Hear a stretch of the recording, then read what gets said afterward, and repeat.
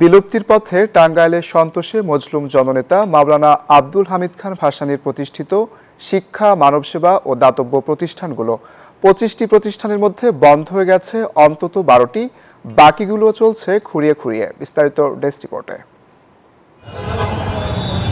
টাঙ্গাইলের সন্তোষে মাওলানা ভাসানী স্মৃতি বিজড়িত এই এলাকায় একসময় ছিল কারিগরি প্রশিক্ষণ কেন্দ্র, নার্সারি, মুসাফিরখানা, কুটির শিল্প, সব মিলিয়ে 25টি প্রতিষ্ঠান।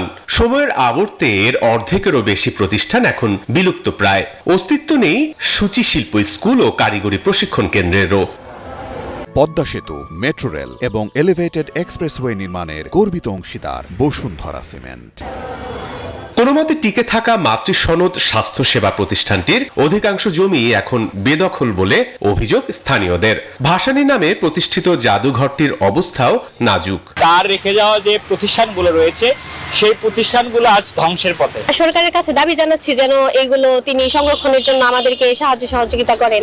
উত্তরসূরিদের দাবি প্রতিষ্ঠানের সঠিক রক্ষণাবেক্ষণ হয়নি। জোর দাবি জানাই মাওলানা ভাসানীর যে সমস্ত প্রতিষ্ঠান বিলুপ্ত হয়ে গেছে সেগুলোকে ফিরিয়ে আনা এবং যেগুলো এখনো ধ্বংসের দ্বার প্রান্তে সেগুলোকে সঠিকভাবে আবার যেন এগুলোকে সংরক্ষণ করা যায়। ফাউন্ডেশনের নেতারাও বলছেন একই কথা।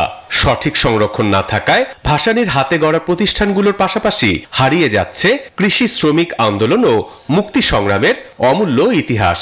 সরকারের নজরদারি ওরকম করে কখনোই কোনো সরকার যে খুব বেশি নজরদারি দিচ্ছে দেয় নাই। তবে ভাসানী বিজ্ঞান ও প্রযুক্তি বিশ্ববিদ্যালয় কর্তৃপক্ষের দাবি সরকারি নিয়মেই এসব প্রতিষ্ঠান পরিচালিত হচ্ছে। যেগুলি আছে সেগুলি বিফিটিং ম্যানারে সুন্দরভাবে চলছে। কোনো রকম অবস্ট্রাকল যদি হয় তারা আমাদের সাথে ডিসকাস করলে আমরা সেই বিষয়ে ব্যবস্থা নেব। মজলুম জননেতা ভাসানীর হাতে গড়া প্রতিষ্ঠানগুলোর যথাযথ সংরক্ষণের দাবি স্থানীয়দের। Desk report, news 24।